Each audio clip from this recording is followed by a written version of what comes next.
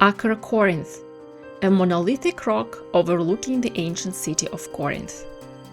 Rising dramatically above the plain, it's not just a natural fortress, but also a layered cultural site where myth, history, and architecture intertwine. And that's where we're going today.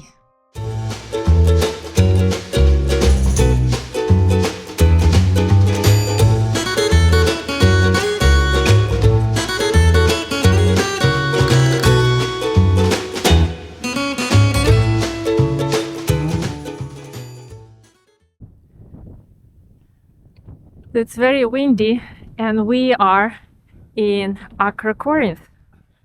So this huge castle was built, or stronghold I should say, was built originally in 6th, 7th century BC and Mycenaean Cyclopean era. And that's when they built this huge castles from these gigantic stones. So, and then it was used during the old Corinth time. The Corinth at that time was very important multicultural center, thanks to two ports that it has on both sides, one overlooking Ionian Sea and the other one Aegean Sea. Oh. This castle was used till probably 7th century AD, and then was overtaken by Byzantine and was used as a stronghold as well. And then Turks took it over and repaired it and used till pretty much 19th century. So as a castle. So this structure was castle, stronghold, and very important strategical point pretty much for 25 centuries. And we are going inside, and the size of this castle, in the perimeter of this castle, 3 kilometers. So the outside wall is 3 kilometers. Unlike the castle in Assos, this one became very useful and was used by during many centuries by many nations.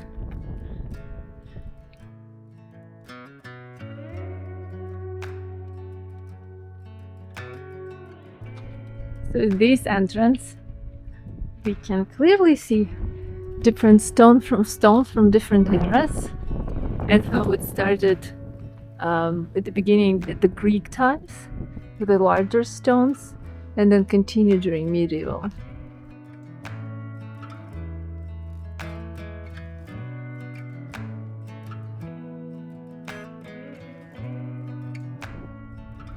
And we are going inside. Layers and layers of history.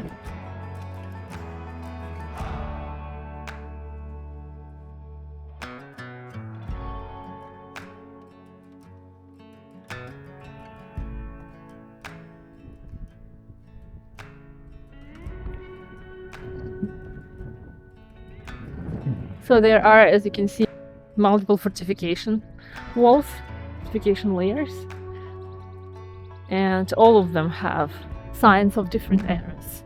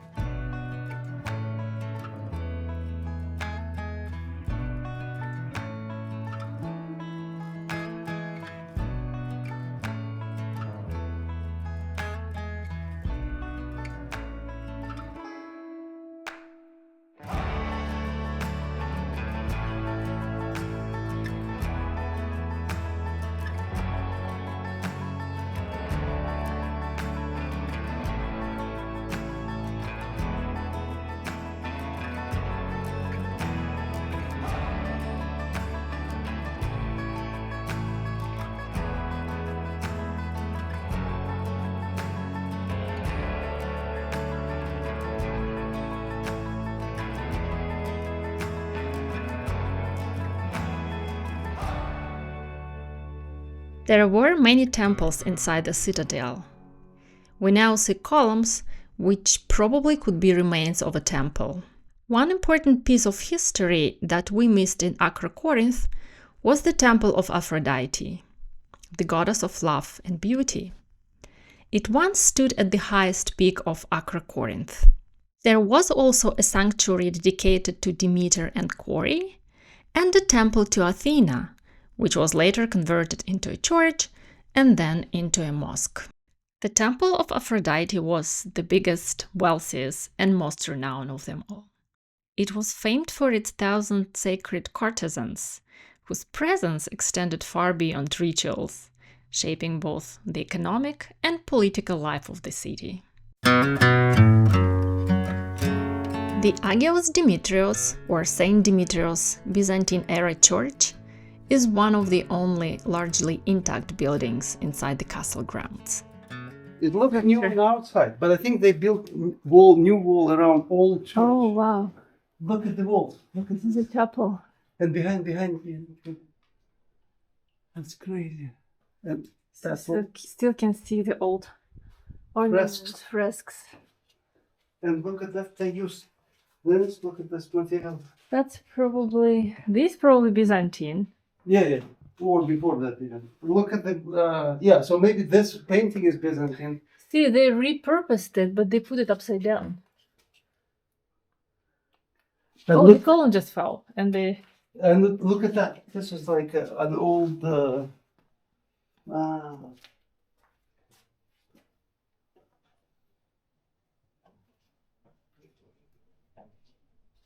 But the brickwork here, this is like maybe 2,000 years old, and then they kept adding Could be. So the new structure, so this is newer, and then the outside is newer.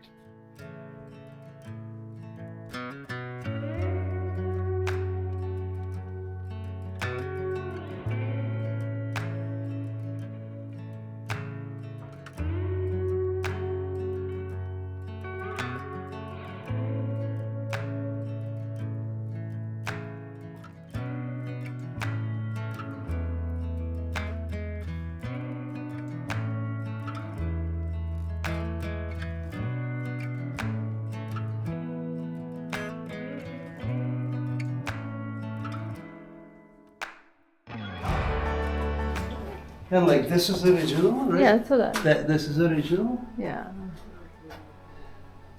I think it has 3 layers of walls, outside walls. Definitely an old chapel.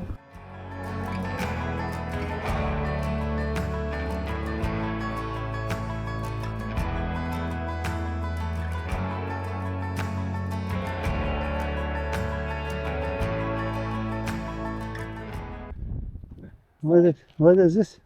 You don't know? We don't know. But it's like, it looks like another... church again? Yeah, it looks like... Or it could be some Roman era house, or... It's not necessarily for icons, it could be for statues, right? No, but it looks like this altar. Altar looks like church. I think but- it's a church, yeah.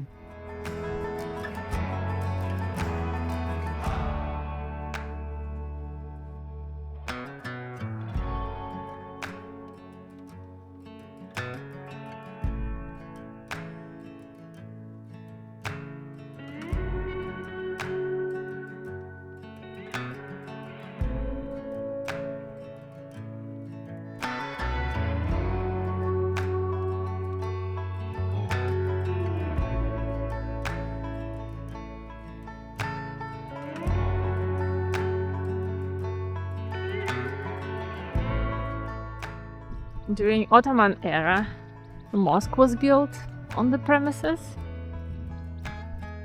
The Ahmed III Mosque. It was originally built in the 16th century during the first Ottoman period, and then it was destroyed, and it was rebuilt on the original ruins in 1715 by Sultan Ahmed III, following the Ottoman recapture of the fortress. The reconstructed mosque became the principal Islamic place of worship within the fortress. Its design features a single dome and minaret, though the minaret did not survive. And unlike Christian chapel. It is not my intent, and you cannot go inside. But we can come closer and see. Maybe we can look inside.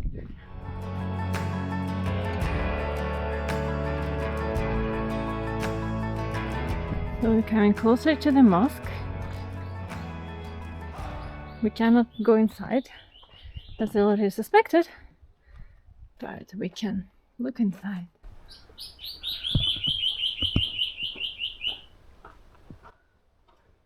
No fresks, of course. Must be another church, right? That's a mosque. That's a mosque. Wow.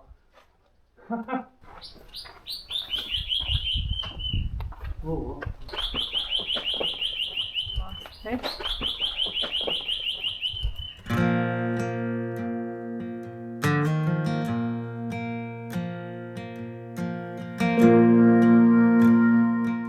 And this is the view on the canal and the city from the northwestern wall of the citadel.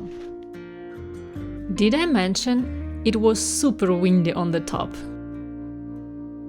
The wall protects quite a bit from this wind.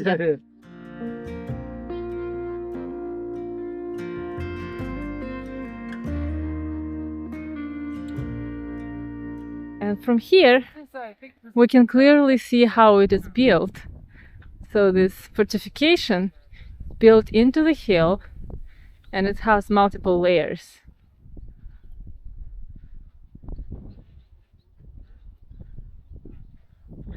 And here is the view on the mosque from this angle.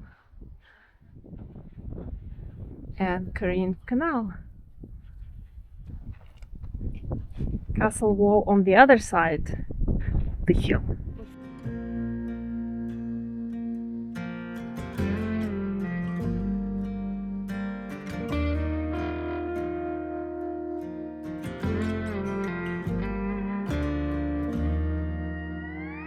Our next stop is the fountain of Upper Pyrene.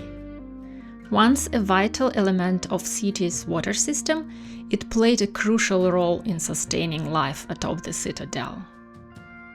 According to one myth, the spring is linked to the nymph Pyrene, who turned into flowing tears that became the fountain. Another legend tells that Pegasus, the winged horse, created the spring when he stamped his hoof after being bridled by Corinthian hero Bellerophon.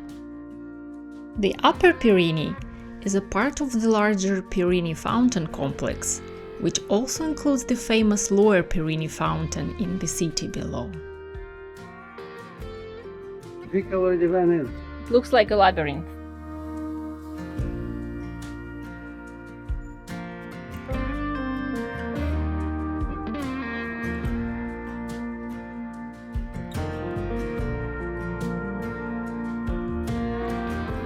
So this is the source, water source. This is the water source. 4th century BC. 4th century BC. Water source made in the 4th century BC.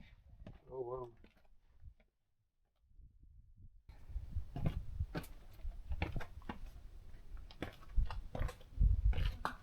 That's pretty crazy. The steps are still existing, worn out, but still usable. There's water here, guys. Water? Yeah, surprise. Wow.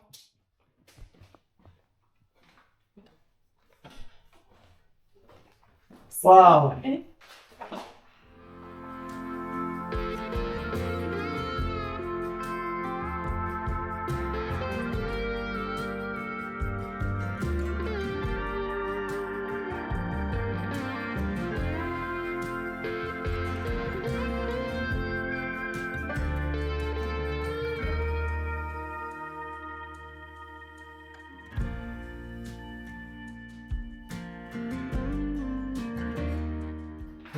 Water, if you can drink it. Looks pretty clean Yeah, looks inside. pretty good, yeah. Look at the markings. And the water level maybe? Like this, it must have like fluctuated. Yeah. No, but the writing is really strange. It looks like sand. So do you see that on the board? Yeah. I see this on the other side too. It's like uniform. I think it's a water level. Thanks to its reliable water supply, Acrocorinth served repeatedly as a stronghold and the final line of defense in the southern Greece.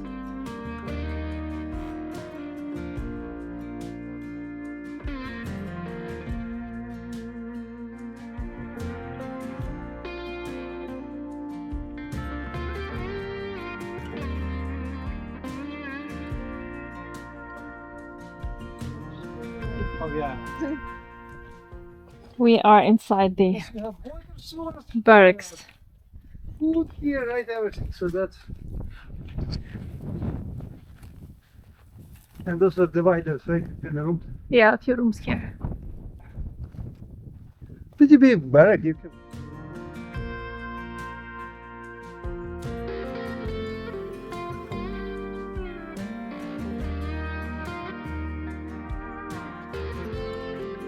We continue our hike to the Frankish Tower. It stands today on Acrocorinth's southeastern peak and was largely built during the Ottoman period. Yet its masonry still bears traces of earlier Byzantine construction and reveals the layered history of the fortress.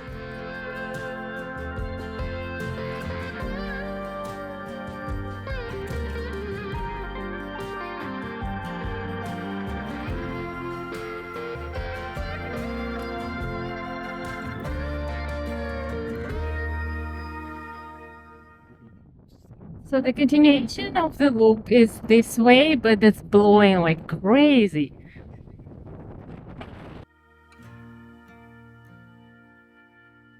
Alex was constantly worried about me, that I could be blown away with this wind.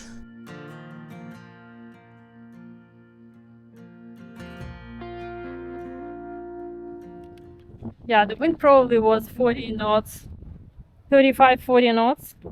By the feel of it, I think. But the view from this is incredible.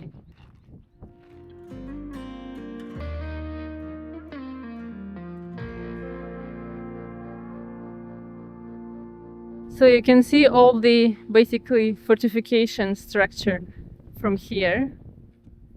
4 big towers. And then inside you can see chapel and another chapel and the mosque.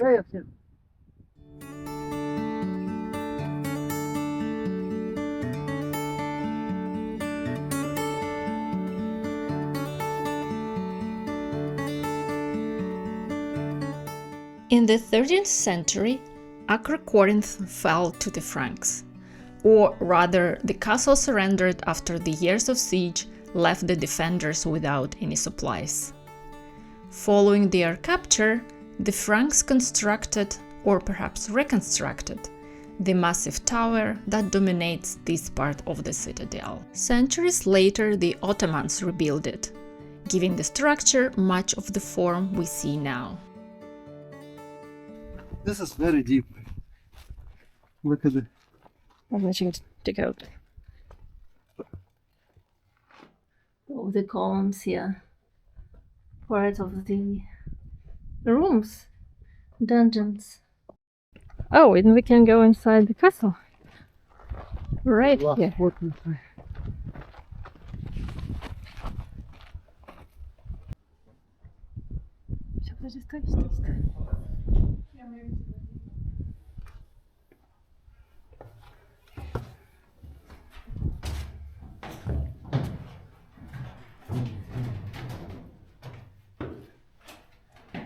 There is an observation deck on top of it.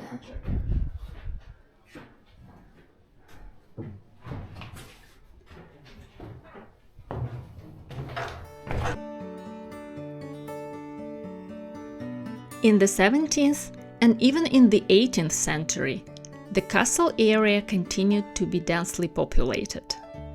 Within the fortified walls, Muslims and Christians lived side by side, shaping a diverse community atop the citadel. There were 3 to 4 mosques and 5 to 6 small churches inside the castle grounds. And some of these remains we were lucky to see today. So it was just like a safe town to live in. I think medieval era. They have settled a few times. Yeah. But sorry, what they're seeing right now, like these rocks, this is the medieval town. But that could be repurposed storage from That's true. this is like At least maybe the layout, you know. Yeah. they repurposed so many times. People's houses, they have collapsed and they just collected all the rocks and put them back. And this concludes our tour of the castle.